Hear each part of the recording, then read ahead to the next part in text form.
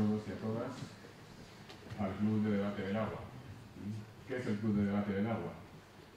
Bueno, pues se trata de una iniciativa orientada a una serie de sesiones dedicadas al debate cultural y científico de actualidad, siendo los intervinientes destacadas figuras del mundo académico y profesional y técnico, con dos claros objetivos: el de despertar un profundo interés por los temas de nuestro tiempo, como el que nos ocupa hoy, y también, con ello, formar una opinión seria sobre temas complejos.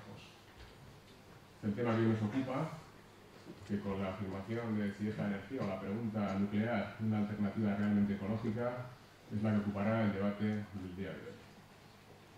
Bueno, agradecer en primer lugar a ambos intervinientes el haber aceptado participar en esta sesión de una tremenda actualidad, no ajena al debate, a la sensibilidad y sobre todo a la percepción del riesgo respecto a una determinada forma de generación de energía que es la nuclear. Es obvia la existencia de partidarios y detractores de esta forma de generación de energía. Hay quienes afirman que es una energía barata, que no emite gases de efecto invernadero y que asegura el abastecimiento energético. Por el contrario, se afirma que el riesgo cero no existe y que en caso de materializarse el riesgo nuclear en un accidente, las consecuencias serían gravísimas. Además del problema que genera la gestión del combustible gastado, los residuos de alta actividad, el legado para las generaciones venideras por su ultraactividad por miles de años. Más allá de estas consideraciones generales, el debate sobre la energía nuclear se ha reabierto con fuerza a nivel internacional y europeo tras los sucesos de Fukushima. Lamentablemente, el riesgo se puede materializar, aunque sea muy remoto, y el crédito que había adquirido la industria nuclear tras 25 años del accidente de Chernóbil, crédito que iba a un aumento en un escenario actual de orientación hacia una economía hipocarbónica, se ha visto en cierto modo desbaratado. Muestra de ello lo demuestran los últimos datos del Eurobarómetro sobre la percepción del riesgo nuclear en la población europea. En España, el debate, incluso anteriormente al incidente de Fukushima, se había reabierto con dos incidentes muy concretos o con dos acontecimientos muy concretos: la prórroga de los permisos de explotación de las centrales nucleares existentes y particularmente de la central nuclear de Santa María de Garoña en el Valle de Tobalina, en el año 2009, que se prorrogó por 4 años, a pesar de que el informe del Consejo de Seguridad Nuclear entendía que podía prorrogarse por 10, y el procedimiento para la elección del emplazamiento del ATC, el almacén temporal centralizado de combustible gastado de las centrales nucleares, que finalmente, tras un procedimiento largo participativo, se decidió ubicar en Villar de Cañas, provincia de Cuenca. Ambos procesos jalonados por litigiosidad y que han dado lugar a sendas sentencias del Tribunal Constitucional. Bueno, esto es un planteamiento del tema. Lo cierto es que la última central nuclear en España fue autorizada en el año 88 y, atendiendo al concepto de vida de diseño, que no tiene que estar relacionado con la vida útil, y no habiendo prevista por parte de las eléctricas españolas la construcción de ninguna central nuclear, no es generable afirmar que en 2030 quizá en España no se genere energía a través de fuentes nucleares. Bien, esta presentación del tema que aquí nos ocupa, debo presentar a los protagonistas del debate, sin duda los más idóneos. A mi izquierda, doña Raquel Montón, directora de la campaña nuclear de Greenpeace, y a mi derecha, don Fernando Legarda, catedrático de Ingeniería Nuclear de la Escuela de Ingenieros de Bilbao de la Universidad del País Vasco. Sin más, tiene la palabra don Fernando Legarda. Muchas gracias. Tendrá la intervención por 10 minutos.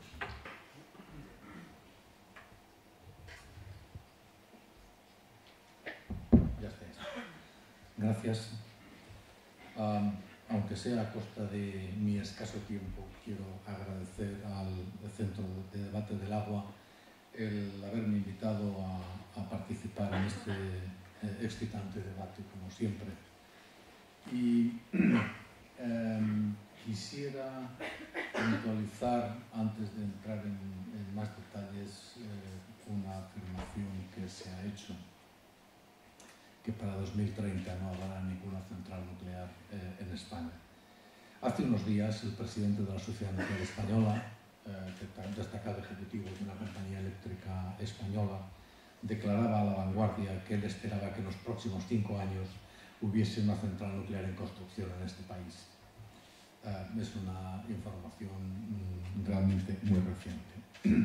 Bueno, el título del debate es: ¿la energía nuclear la única alternativa realmente ecológica? Realmente la pregunta es muy amplia. No voy a responderla, voy a establecer las bases para que cada uno se la responda en base a los criterios que creo deben ser tenidos en consideración para responder a esta pregunta. Para empezar, hablaremos de por qué utilizamos la energía nuclear. Perdón, si avanzamos un poquito y podemos entrar ahí. El porqué de la energía nuclear. Parece una aventura de locos utilizar esta fuente cuando parece que resulta tan extraordinariamente mala. Bueno, tiene algunas propiedades que son realmente muy interesantes. Un combustible nuclear produce un millón de veces más energía que un combustible fósil para la misma cantidad de masa. Eso realmente es un atractivo muy interesante y esto hace que haya muchísimos menos residuos. Esto hace que, tal como se constituye el combustible nuclear, los residuos no son dispersables y además los residuos, como veremos un poco más adelante, son reciclables. Este millón lo podíamos traducir en que una central nuclear de 1000 megavatios, como puede ser Almaraz o puede ser Vandellós o Ascó, recarga aproximadamente unas 25-30 toneladas de combustible cada año y pico, 2 años. Eso es todo la recarga de combustible de las centrales. Durante ese plazo la central está operando, generando energía sin interrupciones y el residuo realmente es muy pequeño. En términos de masa es muy pequeño, comparativamente con los residuos que puede generar una central con un combustible fósil, que son millones de toneladas permanentemente. Por otro lado, la central nuclear no produce gases de efecto invernadero.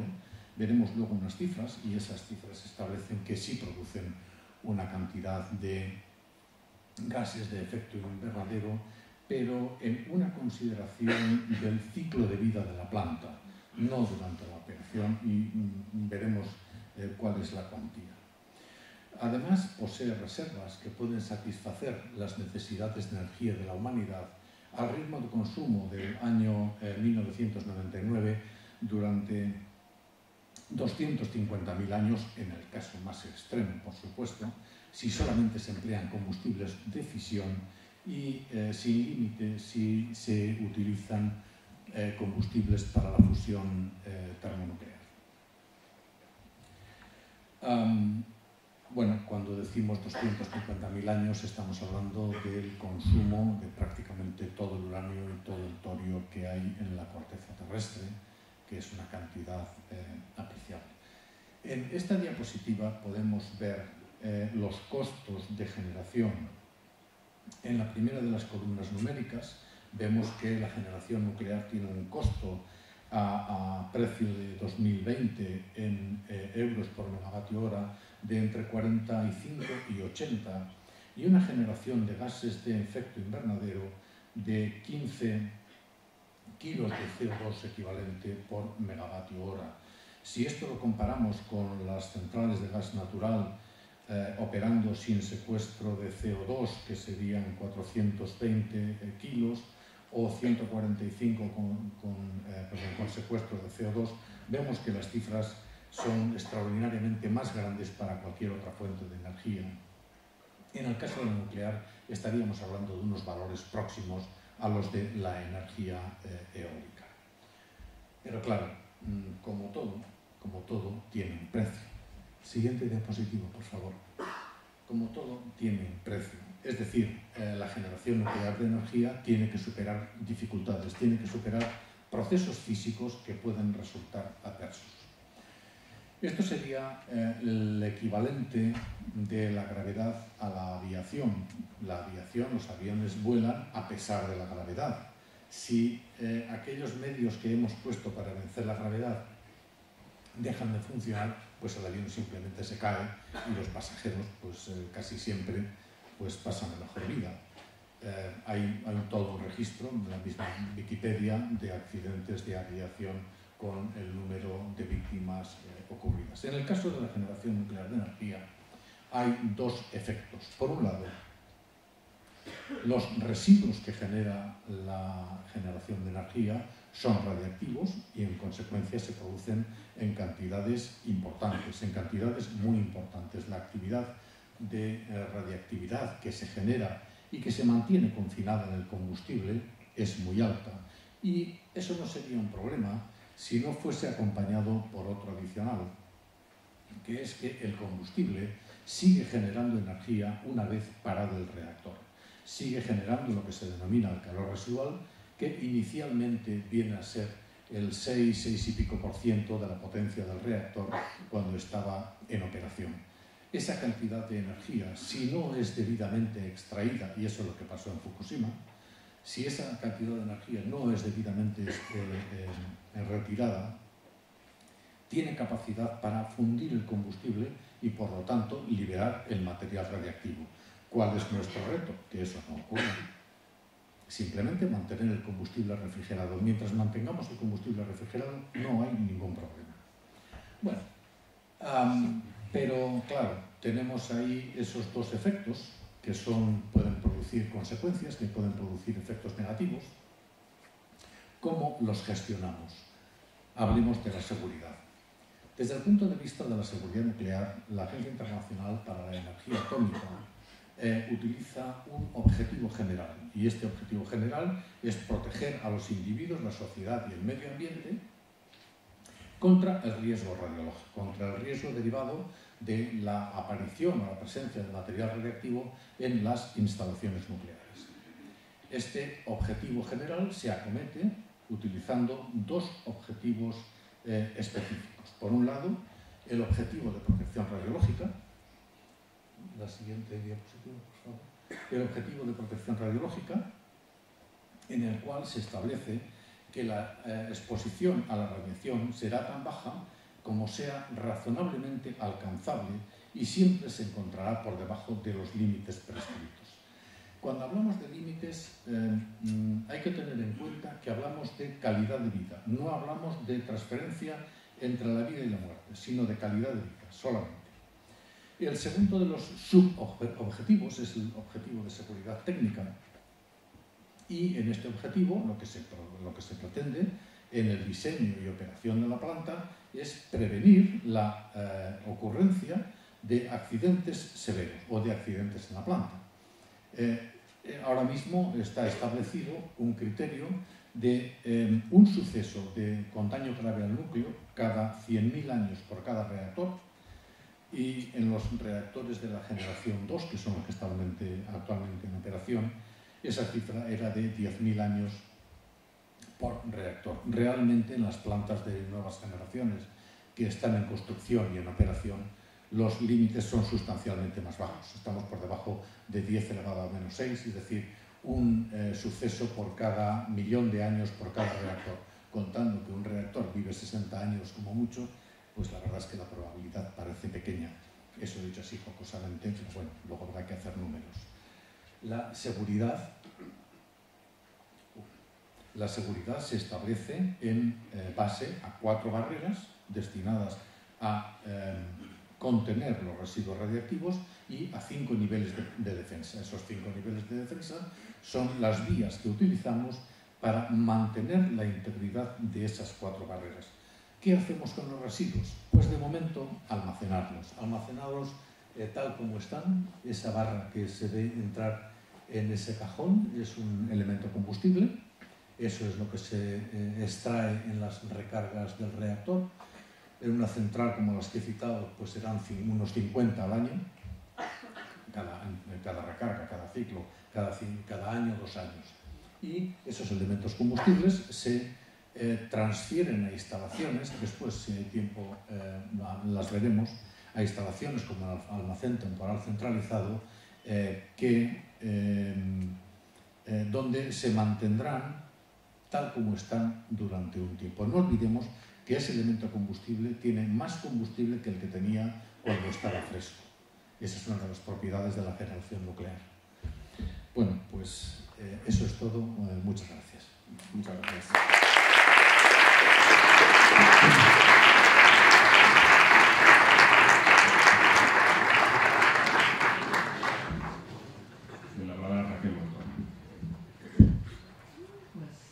Hola, muy buenas tardes a todas y a todos. Agradeceros a todos los que estéis aquí, agradecer al Colegio Mayor, a mis contrincantes a mi contrincante y al moderador por este, espero que apasionante debate, y sin más, como aquí viene la tarjeta roja, enseguida empiezo con mi presentación. Yo sí quiero responder a la pregunta, y también quiero decir que no soy profesora universitaria de física nuclear, entonces los datos que voy a proporcionar os hablaré de las fuentes, o cuál es la fuente de donde yo obtengo esta información. La pregunta que se hacía es si es una alternativa realmente ecológica, y mi primera reflexión es sobre si es ecológica, y atendiendo a la definición de sostenibilidad que desde el informe Brunner en Naciones Unidas se lleva barajando desde hace muchos años, es algo sostenible, algo ecológico, es algo que puede permanecer durante el tiempo y no hipoteca el futuro de ese recurso para futuras generaciones. El problema que comentaba el señor Lagarde hablando de los residuos nucleares, que comercialmente desde luego está lejos de resolverse y todavía no ha resuelto, esto inhabilita la energía nuclear como una alternativa ecológica desde ese punto de vista, desde la sostenibilidad. Solo enunciaré algunos de los argumentos porque solo hay 10 minutos. Y yendo a uno de los grandes argumentos por los que la energía nuclear se postula como ecológica o sostenidamente ecológica, que es porque no emite emisiones de CO2, el dato que yo he encontrado, y es uno de los muchísimos datos que hay, me parece significativo, procede de la Agencia Internacional de la Energía Atómica, y habla que en el caso de que triplicáramos en el año 2050 las instalaciones nucleares, si triplicáramos la potencia que tenemos instalada ahora mismo en el mundo de generación nuclear de aquí a 2050, cosa que es realmente difícil, como ahora veremos, conseguiríamos una reducción del 6% de las emisiones de gases de efecto invernadero. Esto está a años luz de lo que se necesita para combatir el cambio climático, y la aportación de una instalación nuclear así dista mucho de llegar a conseguir nada realmente positivo o muy positivo para la lucha contra el cambio climático. Pasando a la siguiente diapositiva, quería hacer una reflexión y poner una serie de transparencias sobre cuál es la situación de la industria nuclear en el mundo en la actualidad. Y la realidad es que está en declive. Solo algunos datos, todos los datos que están aquí extraídos vienen de fuentes también de la energía, de la Organización de la Energía Atómica, del último informe sobre la visión global del estado nuclear, de las instalaciones nucleares en el mundo. La producción de generación eléctrica en los últimos años se ha reducido un 7%, desde el pico máximo del año 80 y tantos, que estaba sobre un 18%, hasta la actualidad hemos caído hasta un 7%. El parque nuclear del mundo está envejeciendo, la media es de 28 años tirando a 30, la media de los 400 y pico reactores nucleares, porque hay dificultades para la Oficina de la Energía Atómica respecto de qué pasa con los 52 reactores nucleares de Japón que están sin operar desde hace 2 años. Entonces, según mires un día u otro, en su página web los tienen en un estatus o en otro, operando, fuera de operación, en parada permanente, en fin. Los retrasos, ahora mismo hay 66, según, insisto, la Agencia Internacional de la Energía Atómica, 66 proyectos en construcción, de los cuales el 20% hace más de 10 años que están en construcción, y un 15% más o menos de esos llevan más de 20 años en construcción. El 70% de ellos tienen un plazo, no tienen fecha para ponerse en marcha, no tienen fecha prevista para la puesta en marcha, y también el 70% de ellos están únicamente en 3 países en el mundo: Corea del Sur, India y China. Es donde se está desarrollando la mayor parte de las instalaciones nucleares. Y por último, y la última frase, respecto a las inversiones. Ahora mismo, en los últimos años, los últimos 15 años, el coste de instalación, el dato que ha dado el señor Lagarde es sobre la producción, el coste de producción de generación eléctrica. Estoy hablando del coste de inversión para una instalación, ha aumentado de $1.000 por kilovatio instalado a 7.000. Los costes de inversión se han elevado una barbaridad.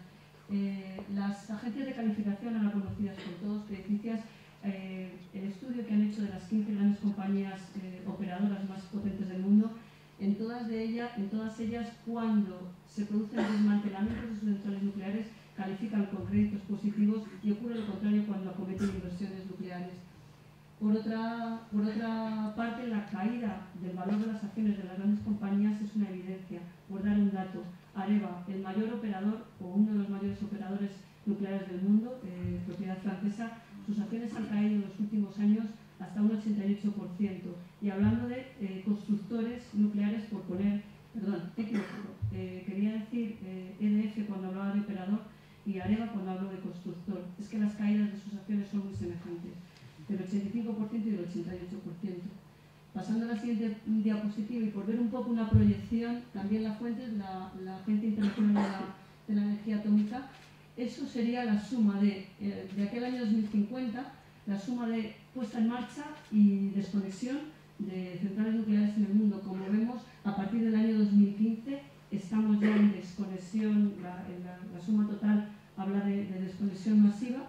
El cierre del parque nuclear a nivel mundial, el máximo pico lo tiene en los años 20 y estaríamos cercanos a acabar con la era nuclear cerca del año 2050.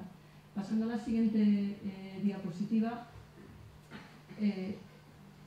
he recordado estos datos de los costes financieros y de los datos de las inversiones y el coste en la diapositiva anterior, y me gustaría avanzar en la siguiente diapositiva, porque aparte de que la realidad es que el mundo y las grandes compañías no están invirtiendo en nuevos parques nucleares por muchos deseos que expresen las compañías propietarias, de la realidad es esta. Puede ocurrir, porque ha ocurrido, accidentes nucleares como el de Fukushima, y la razón que después de 2 años conocemos y sabemos bien por lo que ocurrió aquel accidente, y solo quiero plasmar 2 diapositivas. Eso es un extracto de la página 17 del informe que encargó el Parlamento de Japón a un grupo de expertos independientes para analizar el accidente. La conclusión principal que se puede ver es que fue causado por la mano del hombre, por la connivencia entre el regulador, la compañía propietaria y el gobierno. Eso lo dice así de claro, independientemente que el hecho desencadenante pudiera ser un tsunami o que no estuvieran los generadores disponibles. Esa es la principal conclusión. Y pasando a la siguiente diapositiva, las 3 lecciones que desde Greenpeace no solo desde Greenpeace, la Unión Europea, en todo su proceso de las pruebas de tensión, de las pruebas de estrés que se han realizado a las centrales nucleares, coinciden en mucho de lo que estamos diciendo aquí. Las 3 lecciones es que se sabían los riesgos reales que corrían los reactores de Fukushima, y aún así no se hizo nada para evitarlo, que los planes de emergencia fallaron y de evacuación estrepitosamente, y hay algunos datos que son espeluznantes a día de hoy. La Cruz Roja hace unos días hablaba y afirmaba que la cantidad de muertos en la prefectura de Fukushima por causa de la evacuación, de la mala evacuación ante el accidente nuclear, fue mucho mayor que la de fallecidos por causa del tsunami, que fallecieron también desgraciadamente en aquel momento. Esto es un dato de la Cruz Roja. Y la tercera lección es que son los ciudadanos y las víctimas quienes pagan las consecuencias económicas y de otra índole, pero sobre todo las económicas.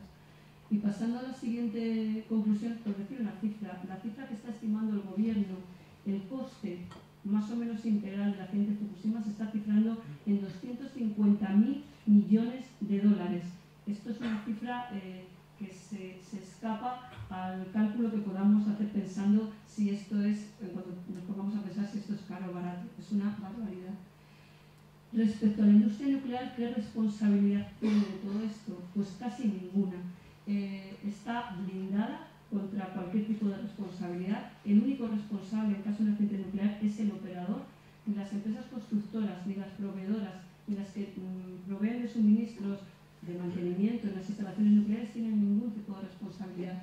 Otra de las lagunas muy graves es que son daños limitados, de manera que nunca se van a cubrir todos los costes. Incluso en el caso de Japón, que tenía responsabilidad ilimitada, es uno de los 5 países en los que eso ocurre en el mundo, no han podido asumir la compañía propietaria, una de las centrales eléctricas del mundo no ha podido asumir los costes y como estamos en la tarjeta verde pasamos a la siguiente diapositiva.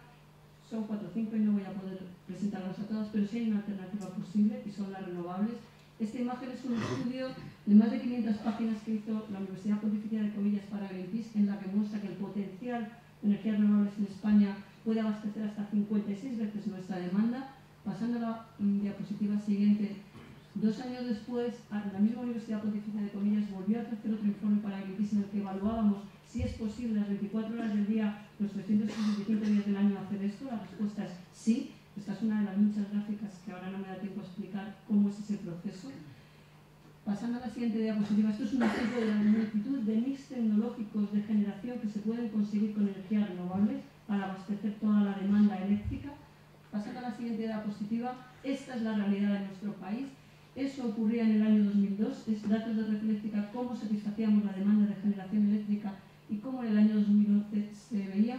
Como se ve más o menos en negro, estamos hablando del carbón, de la energía nuclear y de ciclos combinados. Esto mucho más colorido se está viendo cómo han entrado solo en 10 años a abastecer realmente las energías renovables de nuestra generación eléctrica.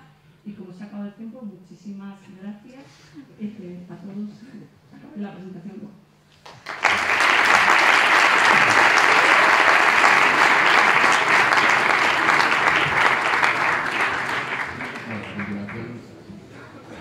Se van a articular estos 3 turnos de réplica por cada uno de los intervinientes, cada uno de ellos de 5 minutos. Fernando Legarda.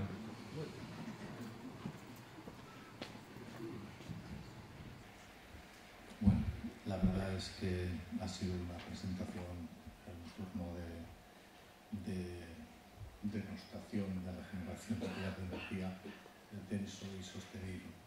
Hay un pequeño problema a considerar cuando hablamos de abastecimiento energético. Si consideramos que la población mundial son del orden de 6.000 millones de personas, vamos a empezar a considerar que del orden de 1.500 no tienen acceso a la energía eléctrica. Eso significa que no hay radiografías, no hay resonancias magnéticas, no hay acondicionamiento de aire y no hay un montón de cosas más. Del orden de unos 3.000 millones de habitantes del planeta tienen un acceso muy limitado. Y estoy diciendo 3.000 millones considerando solamente a chinos e indios. Obviamente hay más. Y el resto, los privilegiados, otros 1.500 millones, nos permitimos hacer cábalas. Yo recuerdo en una presentación que, tras un debate, uno de los asistentes dijo: hombre, si el problema son los chinos y los indios, pues que no se les deje consumir energía y se acabó el problema. Pero claro, hoy por hoy tienen más misiles nucleares que nosotros y realmente tratar de convencerles de eso sería un problema complicado. Estamos hablando de que si el parque nuclear del año 2000 no sé cuánto solamente supondría un 6% en la reducción de gases de efecto invernadero, claro, porque es que todas las demás están creciendo a la misma velocidad o más. China sacando una central de combustible fósil por semana, una central grande por semana. Obviamente, saben de qué va la fiesta, saben cuál es la calidad de vida con energía eléctrica y cuál es la calidad de vida sin ella. Realmente, cuando decimos que la industria nuclear, la generación nuclear no va a crecer tanto, es que las otras están creciendo tanto o más, por no decir que están creciendo bastante más, y la contribución de gases de efecto invernadero va a ser brutal. Pero hace unos pocos años lo de los gases de efecto invernadero, el cambio climático y tal, estaba en la calle todo el día, no hablábamos más que de eso, pero desde que pareció que la industria nuclear comenzaba a coger carrerilla, ya nos hemos olvidado de los gases de efecto invernadero. Hay que atacar la energía nuclear, no sea que funcione. Y de hecho está funcionando, está funcionando. Si consideramos la línea polaca hacia el este, el crecimiento nuclear es brutal. Tanto es así que, por ejemplo, la Universidad de Burdeos se ha llevado su máster en Ingeniería Nuclear de Vietnam. Y recientemente ha recibido una subvención del gobierno vietnamita de 100 millones de dólares para formación de personal cualificado en el área nuclear. Bueno, el informe japonés que citaba mi contrincante Raquel si realmente, si alguien lo quiere, yo se lo puedo facilitar, es un dechado de ética. Esa comisión dice que la situación japonesa es una vergüenza, las tacha de vergüenza y de sometimiento y de carencia de ética. Ciertamente se requiere la reestructuración de la sociedad japonesa en su conjunto.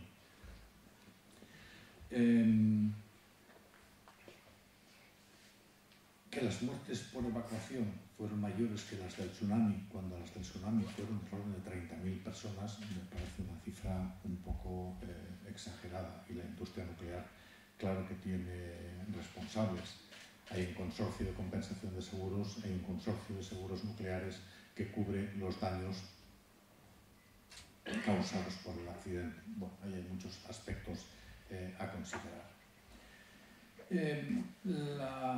La tarta esta de abastecimiento energético, la ganancia en los últimos años de la cuota de mercado de las energías renovables, ciertamente habría que vincularlos al déficit de tarifa y lo que nos va a costar financiar esa presencia de las renovables en el parque.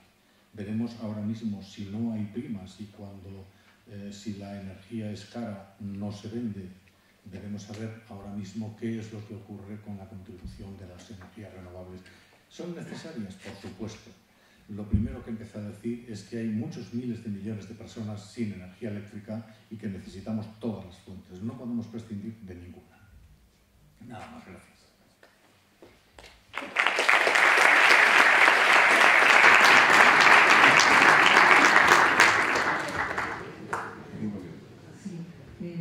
Bueno, algunas precisiones. Cuando he hablado de las cifras de fallecidos, hablo de la prefectura de Fukushima, hablo de las cerca se computan 1.600 muertes en la prefectura de Fukushima, que son no las 30.000, que tampoco fueron 30.000, fueron un poco menos de 20.000, da igual, estamos hablando de gente y da igual que sean 20.000 o más. ¿Cómo respondió el pueblo japonés ante un tsunami? En Sumatra hace unos años de menor intensidad fueron 200.000 personas las que murieron. En Japón, algo menos de 20.000. La capacidad del pueblo japonés es inmensa en una situación de emergencia, pero en el caso de evacuación y de emergencia por un problema nuclear no tuvieron esa misma respuesta.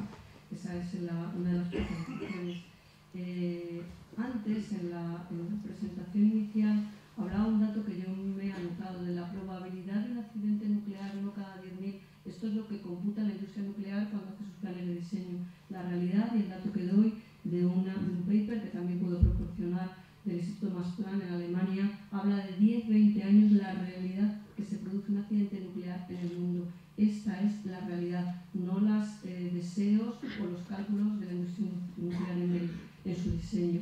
Estamos totalmente de acuerdo en dos cosas, que hay que abastecer y que la gente tiene derecho a la energía, no confundir con la electricidad, que aquí estamos todo el rato hablando de electricidad y es energía. Hay 2.000 millones de seres humanos sin acceso a la energía y hay que proporcionárselos, claro que sí. Y si alguien nos ha olvidado del cambio climático, es Greenpeace. Tengo a 30 compañeros encarcelados ahora mismo en Rusia por intentar defender el Ártico precisamente del cambio climático. En eso estamos de acuerdo. Pero el camino, y China también lo sabe, porque hace escasamente un mes publicaba un plan en donde va a reducir la cantidad de plantas de carbón que está instalando, por problemas, entre otras cosas, de contaminación, más allá también del cambio climático. Esto es una realidad y que están instalando energías renovables a mucha más velocidad, desde luego que la de nuclear, y desde luego no son tontos y saben que es más barato y menos contaminante y que son muchas las posibilidades. Hablando de que el pueblo japonés o que era una cuestión de ética, pues sí, el Consejo de Seguridad Nuclear de allí fue no dimitido, fue cesado en un plano y volvieron a crear otro nuevo. Y ahora vuelven a estar en brete. El primer ministro dimitió después de 6 meses, 6 meses no llegaron, 5 meses en el cargo, y así mucha gente del gobierno. TEPCO está ahora mismo en los ojos de todos por su irresponsabilidad manifiesta desde hace 2 años, que lleva mintiendo sistemáticamente de lo que pasa en esa central. Y por último, porque seguro que estoy agotando el tiempo, cuando se asocia déficit de tarifa y renovables, o no se sabe de lo que se está hablando, o se está queriendo decir las cosas con alguna intención. El déficit de tarifas se genera porque no se paga lo mismo lo que cuesta la generación eléctrica. Esto lo llevamos generando desde el año 97, una ley, la ley de la liberación del sector eléctrico, que la promulgó en aquel momento el gobierno del PP, el señor Rodrigo Rato, y que la han continuado los distintos gobiernos. Llevamos 2 años con una moratoria de las renovables sin que estén recibiendo nada y el déficit de tarifa sigue subiendo. Podríamos entrar en más detalle, pero en 2 minutos no me da tiempo a hacer otro argumento. No es verdad. El déficit de tarifa no lo están generando las energías renovables, lo está generando la manera en que se está pagando esa compensación. Hay muchos costes que están incluidos en esos peajes. Uno, los de las energías renovables, pero otros muchos. Y el problema está en el sistema, que no se paga, que se está derivando a futuro ese pago que nos está poniendo a los consumidores. Y además estamos ya generando unos intereses que son mucho más grandes que casi a veces el peaje de otras de las componentes. Y eso es lo que nos está ocurriendo. Y en la última reforma que ha hecho el señor Soria del sector eléctrico no solo no lo arregla, sino que lo perpetúa todavía más. Y donde ha puesto la subida de la luz no es en el coste de la parte variable del mercado, lo ha puesto en la parte fija, en la potencia, con lo cual, aunque ahorremos en luz, nos va a seguir subiendo nuestra tarifa. Y esta es la realidad, la manipulación desde hace 20 años de todo esto. Y la culpa no la tienen ni mucho menos las energías renovables, que al revés están abaratando el precio del mercado, porque entran a cero en el mercado, igual que la nuclear, entran a cero. Y cuando pasa como este año en Semana Santa, que tenemos una superproducción y una demanda en caída libre, con la nuclear y la cantidad de renovables, el precio del mercado es cero. Sin embargo, nuestra factura de la luz ni se inmuta. Luego, las energías renovables abaratan el precio del recibo eléctrico. Sí, sí es así.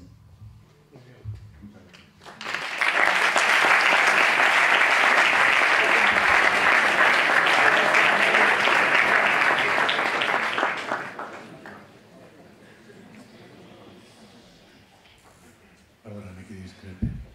Las renovables no son económicamente rentables. El costo de generación, el costo de instalación de generación resulta ser más alto que el precio que van a recibir por la energía generada. Incluso los parques eólicos del Mar del Norte, en estos momentos sin primas, son ruinosos. Y eso bueno, pues está en los libros y en los artículos de economía. Los riesgos asociados a la generación nuclear, los valores que yo he dado son de la Agencia Internacional para la Energía Atómica, son del OIEA, los criterios de diseño del OIEA. Esos valores de cada 20 años, bueno, estamos hablando de accidentes. Yo he hablado de accidentes con daño severo al núcleo, que son los que pueden tener alguna incidencia en el exterior. Si no hay daño severo al núcleo, la incidencia en el exterior, exactamente como ocurrió en el accidente de Harrisburg, en el accidente de la isla de las 3 millas, fueron nulos. Desde el punto de vista de la evacuación en el caso de Fukushima, a mí sí que me gustaría que empezásemos a considerar las cosas en global. El accidente de Fukushima tiene lugar debido a un terremoto de grado 9,2, si mal no recuerdo, y un tsunami pues, con una ola de 14 metros de altura. Esa ola penetra en tierra unos 5 kilómetros y después de esos 5 kilómetros el agua se vuelve al mar. Realmente esos 5 kilómetros, como vimos en la televisión todos, con barcos flotando a 2 kilómetros tierra adentro, y etcétera, etcétera, la devastación fue brutal. Organizar una evacuación en esas condiciones tiene mérito solamente el hecho de que se haya ejecutado y realizado. No quiero decir que los japoneses son unas palomas blancas. Han cometido muchas chapuzas y los informes que se han emitido en relación con la actuación del gobierno y de los ministerios japoneses los ponen más bien mal. Pero ciertamente entendamos que la situación es de destrucción total. Evacuar en esas condiciones en las cuales no hay ni carreteras, ni hay helicópteros, ni hay nada, es poco menos que imposible. Esa fue una de las razones por las cuales no llegaron grupos electrógenos a la central en los primeros momentos del accidente. No había forma de llegar. Y aparte de todo eso, que era una gran extensión de terreno en un estado de devastación. La refinería de Chiva estaba en llamas y la destrucción que se provocó fue brutal.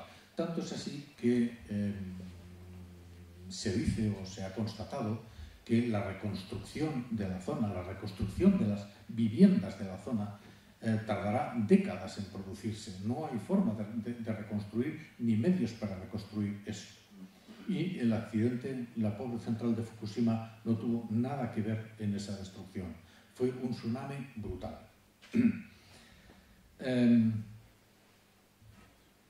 Decía Raquel también que China va a reducir las plantas de carbón. Ciertamente, el gobierno chino quiere mejorar las condiciones ambientales en el país. De hecho, son más bien precarias y más bien peligroso respirar el aire en ese país. Y por eso van a dejar de construir centrales.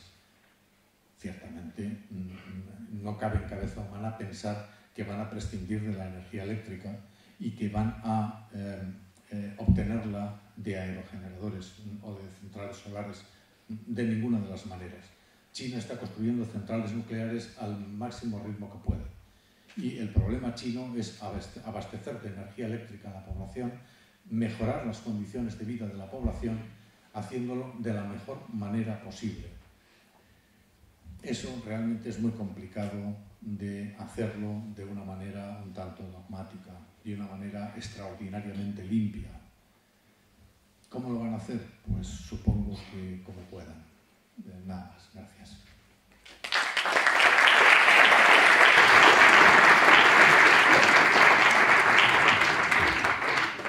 Hablando de la rentabilidad de las energías renovables, Alemania, que es un país más sospechoso de no saber lo que hace con su economía, ha apostado en un proyecto nacional de Energiewende en el que pretende, y desde luego lo está consiguiendo con ciertamente éxito, apostar en esa dirección, en la dirección de las energías renovables. Hablando de cosas más concretas, en España ahora mismo la fotovoltaica está en paridad de red. Tiene un problema legal porque le han puesto todos los vetos habidos y por haber en la última reforma, pero a nivel de mercado la energía fotovoltaica estaba a punto de alcanzar la paridad de red. Los parques eólicos, muchos de ellos sí son rentables en España, sin primas. De hecho están funcionando y algunos se están instalando sin primas. España tenemos un problema que está cayendo la demanda y que estamos en crisis, pero precisamente son este tipo de alternativas las que sí que están siendo competitivas. Donde tenemos un problema en España es con la burbuja de gas que se ha montado y que tenemos cerca de 40 y tantos mil megavatios instalados parados, que las plantas estaban diseñadas para trabajar 3.000 y pico horas y están trabajando apenas, no llegan a las 800. Ese es uno de los problemas que tenemos, pero sí han sobrevivido y están sobreviviendo bien. Bueno, sobreviviendo bien, el gobierno las está haciendo que no puedan hacerlo, pero económicamente podrían hacerlo. Hablaba antes del daño, de que un accidente se produzca cada 20 años, como afirmaba el Instituto Masplan. Hablaban, este dato es para daños severos al núcleo, no de cualquier incidente, daños severos al núcleo. El paper es del 12 de abril del año 2012, es un instituto muy reputado en Alemania, no en balde Albert Einstein estuvo aquí. Porque sencillamente, si es que la cuenta es muy fácil, si cogemos los reactores, los de Fukushima, Harrisburg y Chernobyl, y cogemos esos reactores y vemos los 450 que hay en el mundo y hacemos las cuentas, es que no sale un accidente cada 10.000 años, es así de sencillo. Hay documentación científica al respecto, pero la cuenta del sentido común también funciona. Cuando hablaba que el tsunami provocó el accidente, he dicho que fue el hecho desencadenante. La vida hizo que 4 días antes la propia compañía propietaria presentara un informe al Consejo Regulador de Japón en el que afirmaba que el malecón de contención tenía que ser por lo menos de 10 o 12 metros, porque el que tenía, que era de 6 metros, no aguantaría un tsunami probable en aquella zona que se podía dar como el que se dio desgraciadamente 4 días después. Primero, lo sabían, era tan sencillo como levantar un muro y no lo hicieron. En segundo lugar, los generadores que estaban para ser capaces de continuar con esa refrigeración fueron los que se vieron inundados, pero es que no estaban en el emplazamiento adecuado. Y esto ya lo habían dicho 40 años atrás los técnicos de General Electric que fueron allá a instalarlo. Pero como había que seguir las directrices de General Electric, que era un de Estados Unidos, pero no adaptado a la situación de Japón, al final no se hizo. Y esos problemas de diseño nos padecieron 40 años después. Todo esto se sabía y todo esto ha continuado. Pero no nos echemos las manos a la cabeza y digamos, no, es que no sabía, es que aquello no se puede arreglar. Y cuando hablamos de la evacuación, cuando digo que fue un desastre porque lo primero que hizo, como hace la industria nuclear en multitud de ocasiones, es que niega la verdad. Es que niega que allí se estaba produciendo un accidente nuclear. Y la gente se le dijo que se quedara confinada en sus casas. Claro, con la que tenían encima, imposible de estar más de 10 días como estuvieron confinados, sin poder entrar con alimentos, con agua potable, ya no con los generadores para solucionar el problema que tenían en la central, que acabaron echando agua del mar y acabaron echando de todo. La propia gente no podía resistir 10 días. Y la gente que se fue porque por las redes sociales y porque la información fluyó, esa gente, desgraciadamente, como no habían atendido las indicaciones del gobierno, hoy en día está en un limbo y no puede reclamar la indemnización que le pertenece, porque no esperó allí los 10 días y le dijeron, y ahora te vas, a los 10, a los 20 kilómetros de evacuación. Eso es la realidad humana, y por eso la energía nuclear no puede facilitar, ni solucionar, ni abastecer a la población, a los 2.000 millones de seres humanos que necesitan energía, entre otras eléctrica. Porque no podemos instalar, si esto pasa en Japón, en Haití, Nigeria, o en otra serie de países, ¿cómo ponemos allí reactores nucleares en estas condiciones? Si en Japón está pasando esto. Esto es sencillamente sentido común, y además es que es muy caro.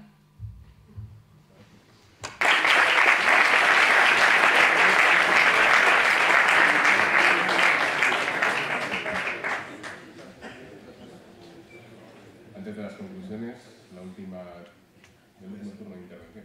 Voy a ser breve y voy a empezar en orden inverso. Que la industria nuclear ocultaba el accidente de Japón se supo minutos después de ocurrido el accidente. Hasta yo me enteré un par de horas más tarde, y estaba en Madrid en una reunión. O sea que cualquier liberación de radiactividad en aquella zona uno la ve en el plazo de 2 horas. Y hazme caso, que sé de la red de la CTBTO. La red de la CTBTO la ve en 2 horas. Realmente sí es cierto lo que has dicho, que había un informe de la compañía señalando que sería necesario reejercer el muro que protegía frente a avenidas marinas. El organismo regulador de su momento no le hizo caso. Eso es absolutamente cierto, y eso se constata en el informe de la comisión de expertos que contrató o que juntó el Parlamento japonés, y fue una de las causas por las cuales hablaban de vergüenza, como el Papa el otro día hablaba de vergüenza nacional. Señalabas que se dijo que la gente se confinase en sus casas. Eso del confinamiento es una de las contramedidas características de la actuación frente a un accidente nuclear. Normalmente, en determinadas circunstancias, el confinamiento en casa va a ahorrar una dosis recibida muy importante. Muy importante porque va a ahorrar la inhalación de material radiactivo y, por lo tanto, va a ahorrar una exposición muy importante. Y ciertamente en los primeros momentos eso parecía, o eso constituía, la mejor forma de actuar frente a lo que estaba ocurriendo. Ciertamente, 3 días más tarde fue cuando ocurrió la detonación de hidrógeno y cuando se produjo la gran liberación de material radiactivo. Pero en los primeros momentos estaba mucho más que justificado la medida que se adoptó en relación con la población. Y que la tasa de accidentes de 20 años, de ninguna de las maneras, y lo mires por donde lo mires, ese valor no se encuentra por ningún lado. Respecto, ciertamente, Alemania ha hecho una apuesta, como decías, se llama Energiewende, y estarás de acuerdo conmigo que está todo el mundo mirando a Alemania, porque como salga mal, se acabó Alemania. Se acabó. Si les sale bien, posiblemente tengan beneficios importantes, habrá que ver de alcance, pero como salga mal, se acabó Alemania. La apuesta es de tal magnitud que en la quiebra del país parece inminente si aquello sale mal.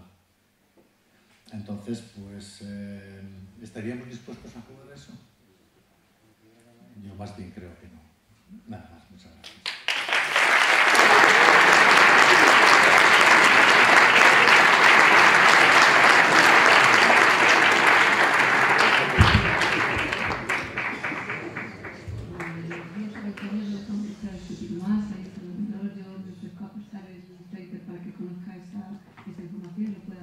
Estudiar en detalle y ya está.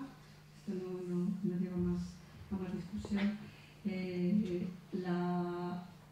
No será la Alemania la que únicamente y alocadamente, con Angela Merkel a su cabeza, haya decidido hacer esto. Porque la hoja de ruta de toda la Unión Europea, es decir, de todos los países miembros, 27 países miembros, de aquí al 2050, está preveyendo un escenario en el que las energías renovables están abasteciendo casi la totalidad del sistema eléctrico del mercado europeo. Esa es la hoja de ruta. Tenemos el plan 2020-2020, que es el que está aprobado en las directivas, 20% para el año de energías renovables, para el año 2020, 20% de reducción de gases de efecto invernadero y 20% de ahorro y eficiencia. Gran tema que no hemos hablado, porque la eficiencia energética contemplada como capacidad de ahorrar energía y como la capacidad de poder establecer otros mecanismos en los que con menos generación tengamos más eficiencia, es de una magnitud muy grande y un episodio muy inteligente a la hora de desarrollar. Pero como iba diciendo, tenemos el plan 2020, que esto ya está en las directivas europeas. Ahora mismo se está discutiendo el libro verde, que es cuáles son los objetivos para el año 2030, teniendo en cuenta que ya está aprobada la hoja de ruta para el 2050. Esto que estoy hablando es los acuerdos y los planes que ya están en la Comisión y en la Unión Europea, aprobados por todos los ministros de los 27 países. Luego no es una cuestión alocada ni una vamos a ver si Europa va al traste apostando por las energías renovables.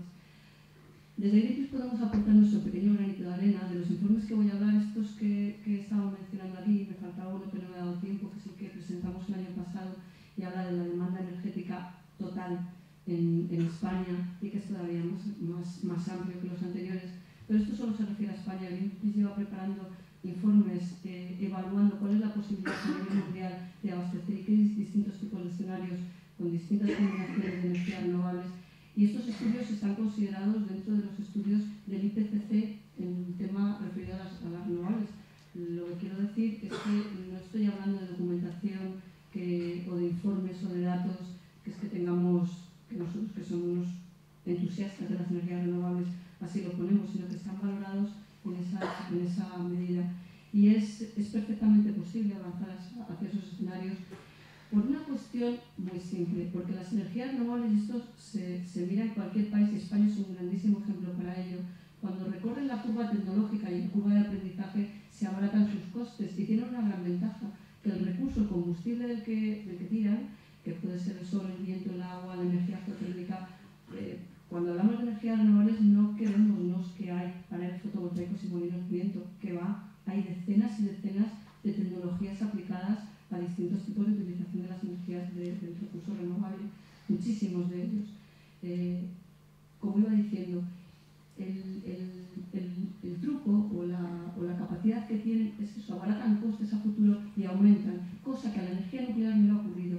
Lleva experimentándose con ella desde hace 60 años y todavía no hemos conseguido ni que abarate costes, porque hace todo lo contrario, nos encarece, no ha resuelto sus problemas de residuos ni ha resuelto sus problemas de accidentes.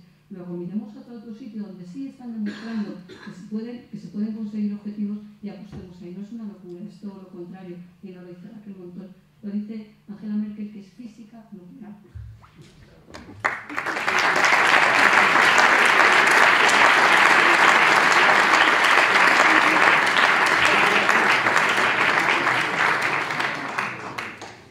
Muy bien, a continuación se plantearán alguna pregunta que se han ido repitiendo a la organización para cada uno de los oradores. En concreto, se han formulado, me han mandado el extracto de alguna pregunta para la cual tendrán una ocasión de responder en 5 minutos. La primera dirigida a Fernando Legarda está bastante relacionada con el efecto Fukushima, porque sin duda alguna esta decisión deriva del accidente de Fukushima. Y en cierto modo la pregunta ya la ha contestado, pero explica bajo su postura que la canciller alemana Angela Merkel, anunciando el plan de desnuclearización para 2022, dijese, comillas, como la primera gran nación industrializada podemos alcanzar tal transformación hacia las energías eficientes y renovables, con todas las oportunidades que eso trae para las exportaciones, el desarrollo de nuevas tecnologías y de trabajos. Yo creo que en buena medida ya he contestado esta pregunta, pero no puedo hacerlo. Y yo solo también tengo una pregunta, ya como moderador aprovecho. Si el riesgo cero no existe, como se ha demostrado, quizá la alternativa nuclear sea realmente peligrosa. Y si la energía nuclear es barata, ¿por qué finalmente Nuclenor tiene en parada y parece que quizá cierra definitivo la central nuclear de Santa María de Garoña?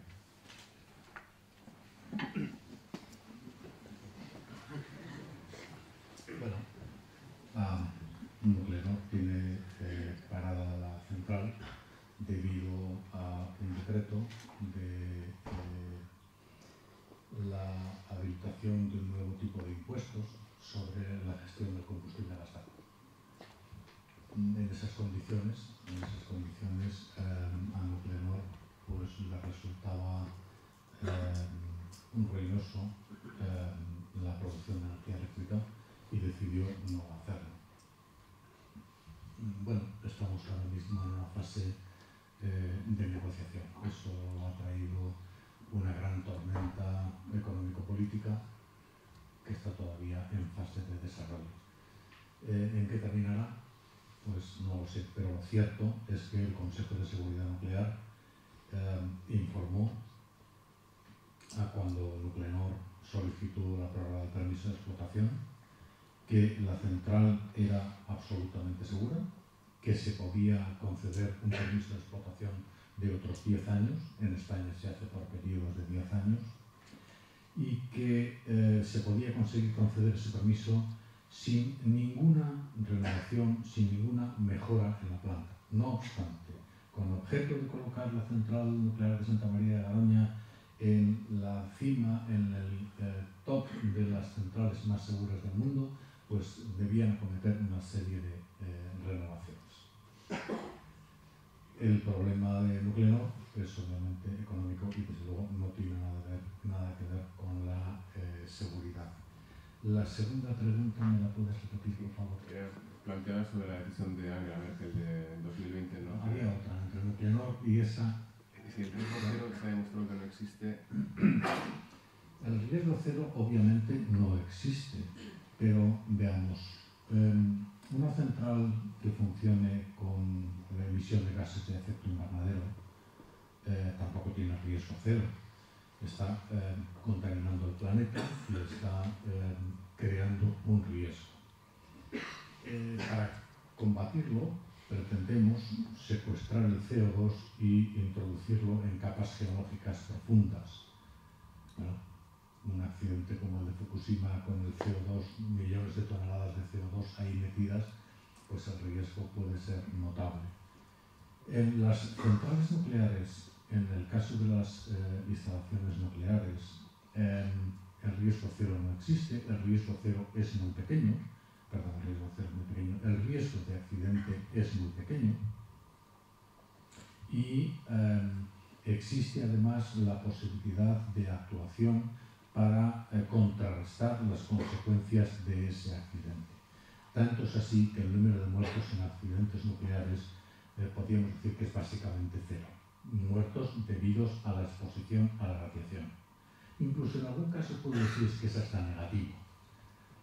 Pero bueno, ciertamente en la aviación, como decía hace un momento, la página de Wikipedia sobre accidentes de aviación, hay una retahíla con muchas decenas de miles de muertos en accidentes de aviación. A nadie se le ocurre prescindir de la aviación y nadie va a dejar de ir de vacaciones a Cancún porque algún avión de vez en cuando se cae. Pues obviamente admitimos el riesgo.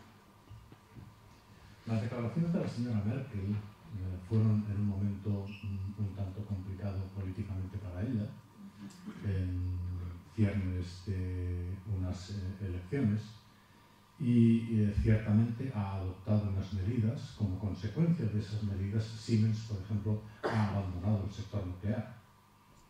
consecuencias que va a tener. Hay protestas de los empresarios alemanes del sector del cobre y el sector del aluminio, en los cuales las empresas han dejado de ser competitivas y están quejándose de la carestía del proceso de producción. Alemania se apea de la generación nuclear de energía. Pues bueno, ellos sabrán qué hacen, sus motivos tendrán, pero hay muchos otros que se han sumado. De hecho, en Estados Unidos acaban de arrancar la construcción de 2 centrales, una en Georgia y la otra Summer y Vogtle, las dos en el sudeste de Estados Unidos. Y de hecho, pues bueno, tanto Inglaterra sigue adelante con su plan de construir 10 centrales nucleares. Los Emiratos, la zona de Oriente Medio, Jordania, incluso Bangladesh ha empezado a construir sus 2 primeras centrales. Realmente, pues el abandono de la generación nuclear, el primer mundo puede permitirse muchos lujos que el resto pues quizá no pueda. Muy bien. Y la pregunta para Raquel Montón. En el sur de Francia, me imagino será Areva, se está investigando y desarrollando la 3ª generación de energía nuclear por fusión. Este tipo de generador será mucho más seguro, habrá menos basura radiactiva y producirá 3 veces más energía eléctrica. La pregunta es, ¿cabría aceptar esta 3ª generación de energía nuclear? En definitiva, si Greenpeace no confía en el desarrollo tecnológico a futuro en relación con esta nueva forma de generación de energía nuclear. Y yo ya de paso también siempre tengo una curiosidad. Dado que el problema del combustible gastado de las centrales nucleares existe en España en la actualidad, las piscinas de las centrales nucleares algunas de ellas han tenido que recurrir a almacenes temporales individualizados en seco. ¿Por qué Greenpeace se oponía a la ATC?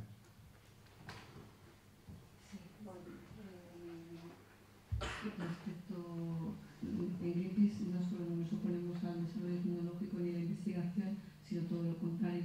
Lo que sí nos parece que no tiene sentido es porque lo estamos viendo, porque es un desarrollo tecnológico a futuro, porque el problema lo tenemos aquí y ahora, porque los 2000 seres humanos que no tienen acceso a la electricidad los tenemos ahora, porque el cambio climático lo tenemos aquí y ahora, porque nos están diciendo los científicos que tenemos que cambiar nuestra curva de gases de efecto invernadero en el 2020 y en el 2070 estar a 0.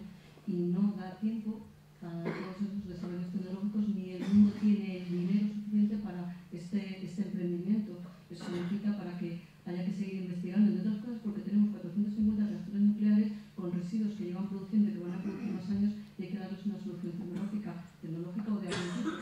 Es una evidencia, porque no podemos pensar, bueno, dentro de 500 años, 1000 años aquello se arreglará, hay que seguir investigando, pero esa no puede ser ni mucho menos la apuesta y lo que no puede ser es que sigamos con los ojos cerrados pensando que esto nos va a salvar el mundo cuando nos estamos cerrando los ojos y vamos hacia un precipicio.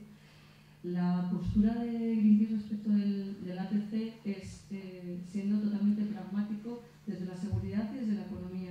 Ahora mismo tenemos 8 reactores nucleares, de los cuales en Ascó se está construyendo el ATI, el almacén temporal individualizado. El de Trillo ya lo tiene porque venía de fábrica. En Garoña se está construyendo también. Yo he recibido, no me acuerdo si hace 4 meses, la evaluación de impacto ambiental y lo están realizando. Y es mucho más económico, como del orden de 20 veces más, hacer almacenes temporales individualizados en la central para cuando se colmaten y ir vaciándolos. Porque entre otras cosas, y esto es por problemas de seguridad, te ahorras el transporte de residuos, que es altamente peligroso y desde luego muy caro. Esa es la menos mala de la solución práctica pensando en España. Esto habría que pensarlo en cada lugar y en cada sitio cuál sería el planteamiento, ¿no? para poder abarcarlo, pero no puedo dejar de escuchar de que Garoña se está viendo. Garoña técnicamente y legalmente ahora mismo tiene un cierre de explotación definitivo. Esa es la situación, legalmente con las leyes en la mano. Otra cosa es que es verdad que están intentando, porque yo he asistido en este año a cambios y recambios de leyes y de normativas, todas las habidas y por haber, y la realidad es que se está intentando cambiar la normativa, pero la situación real es que está con un cese definitivo de explotación, es decir, no puede pedir una renovación de licencia. Con la ley en la mano tendría que poder pedir una nueva licencia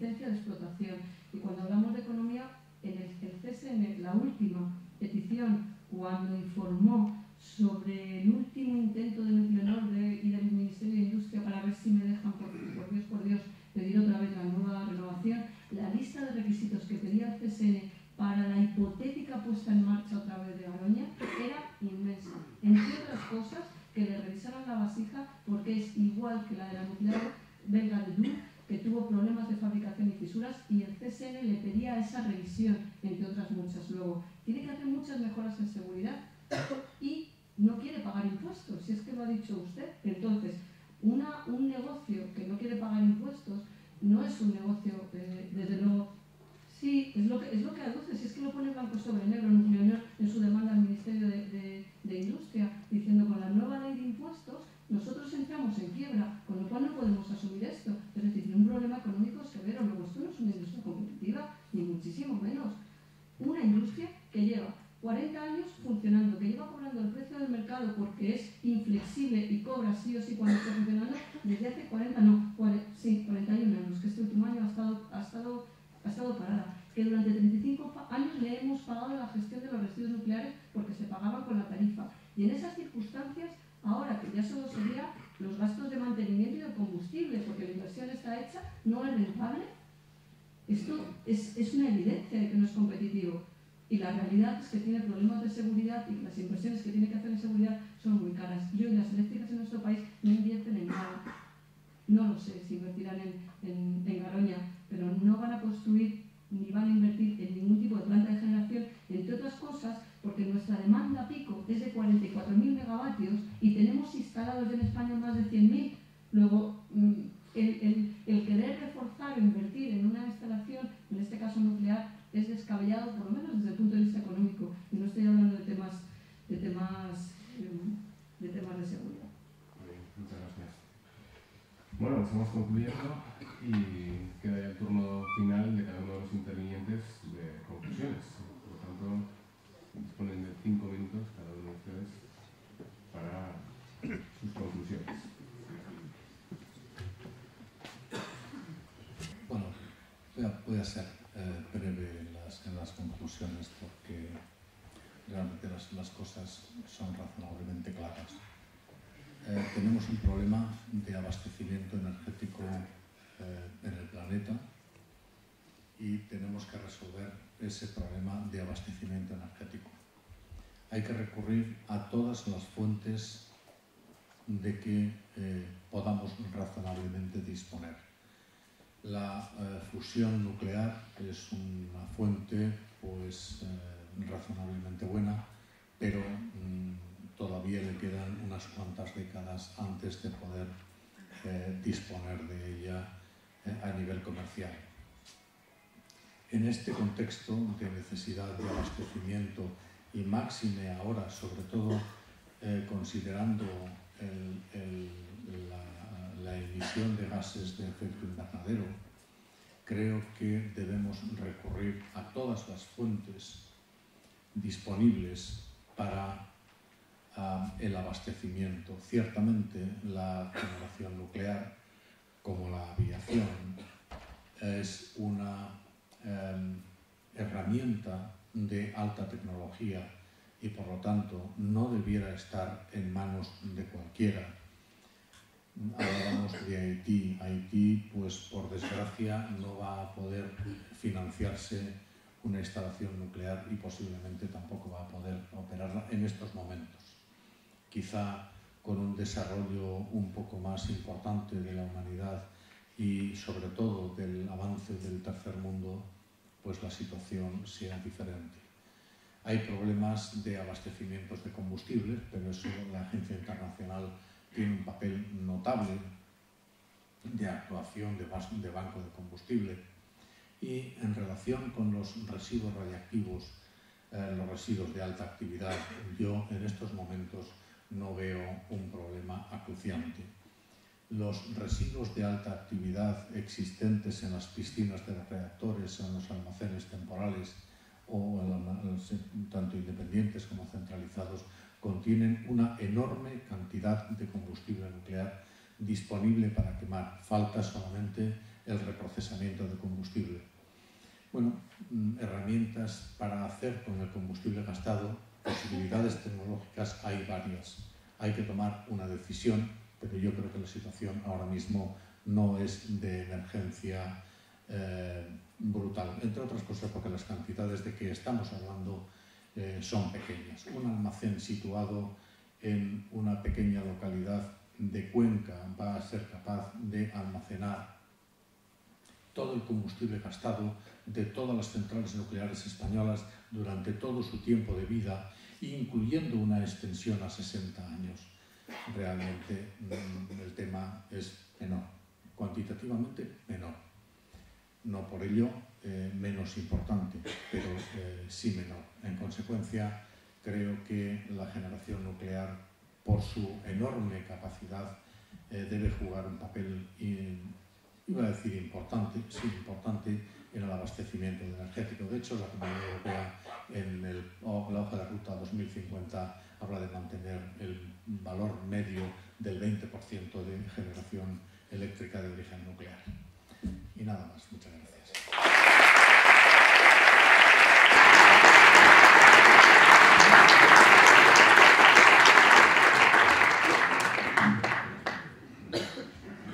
Bueno, pues mis conclusiones, igual que comentaba al principio, es que la energía nuclear no es una opción ecológica porque no es sostenible. Estamos volviendo a escuchar el tema de los residuos, no lo tenemos resuelto, y porque el ahorro de emisiones de gases de efecto invernadero es muy pequeñito en proporción a lo que necesitamos, y además la inversión que tendríamos que hacer para conseguir ese ahorro tan pequeñito es inabordable económicamente por el mundo y por las inversiones que tienen que realizar las distintas empresas. Antes, cuando, por aportar otro dato más, yo he recordado que las agencias de calificación puntúan a la baja cuando haces inversiones nucleares. Siemens ha puntuado para arriba después de abandonar su división nuclear. Está progresando, no está perdiendo empleo ni está para abajo, sino todo lo contrario. Es al revés, son empresas como EDF o Areva las que están perdiendo valor sus acciones, según, insisto, las agencias de rating. Está en declive, como decía, y es muy cara, tanto en la inversión para las nuevas instalaciones como en la prolongación de la vida útil en el caso de las antiguas. Y cuando aquí se alude al otro argumento, que es que el mundo necesita energía, insisto, energía, no solo electricidad, porque la energía nuclear únicamente proporciona energía a través del vector electricidad, y energía es un concepto bastante más amplio.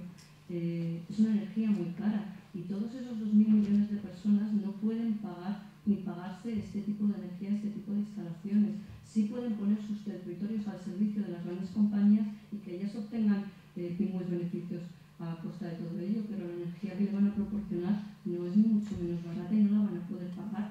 No se puede llegar a todo el mundo con este tipo de instalaciones.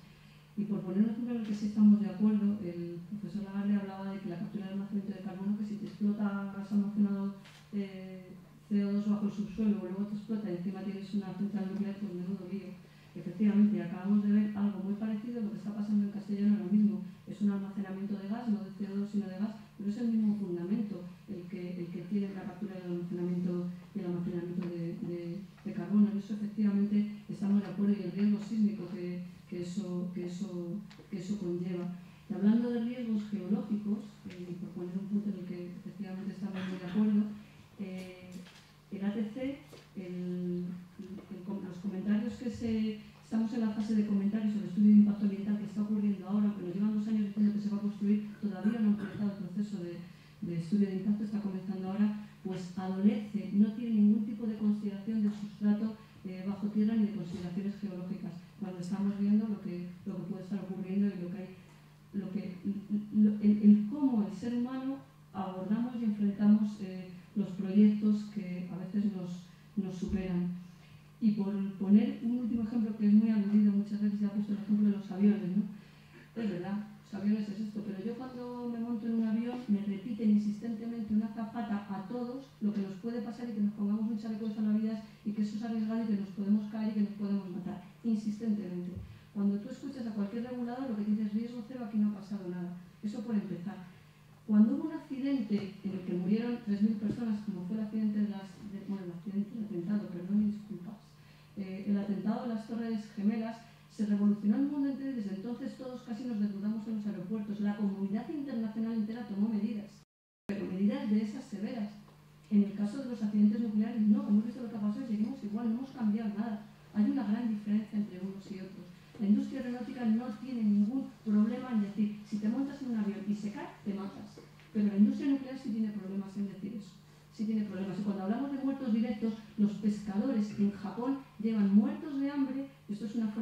de decirlo, porque están siendo severamente afectados por la contaminación radiológica del mar. Severamente afectados, sí, sí. Lo dicen hoy mismo los periódicos japoneses. Sí, es más, Corea del Sur le ha puesto una demanda a Japón, está hoy en los periódicos, porque no quiere admitir los productos de Japón. Y le han puesto una demanda en la Organización Internacional de Comercio porque no pueden admitir eso. Ese lío tienen.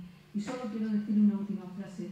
Y es de Ortega y Gasset: cualquier verdad ignorada prepara su venganza. Ignorar que la energía nuclear es arriesgada nos puede traer consecuencias.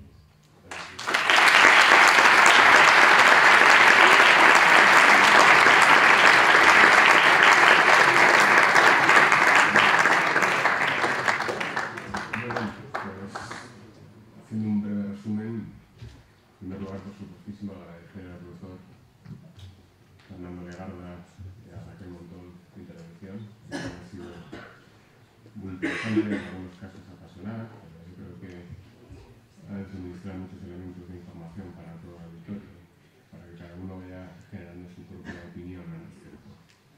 Se ha hablado de riesgos, se ha hablado de las energías renovables, del déficit tarifario, del accidente de Fukushima, de si la sociedad del riesgo en la que vivimos está dispuesta a no asumir, no está dispuesta a asumir los riesgos del desarrollo, pero no está dispuesta a renunciar de sus beneficios. Yo creo que es una reflexión que también se tiene que plantear a la hora de optar por una determinada forma de energía. Se habla de la central nuclear de Santa María de Garoña, de su prórroga de permiso de explotación, que por cierto lugaría una sentencia de la Audiencia Nacional, que entendía que la decisión de la orden ministerial del 99 de la Justicia de Derechos, autorización discrecional, no reglada. Se ha hablado de la ACC, que también ha dado lugar a una sentencia de la Audiencia Nacional, en la que se ha dicho que el procedimiento es participativo y totalmente no infringiendo el convenio de Aarhus.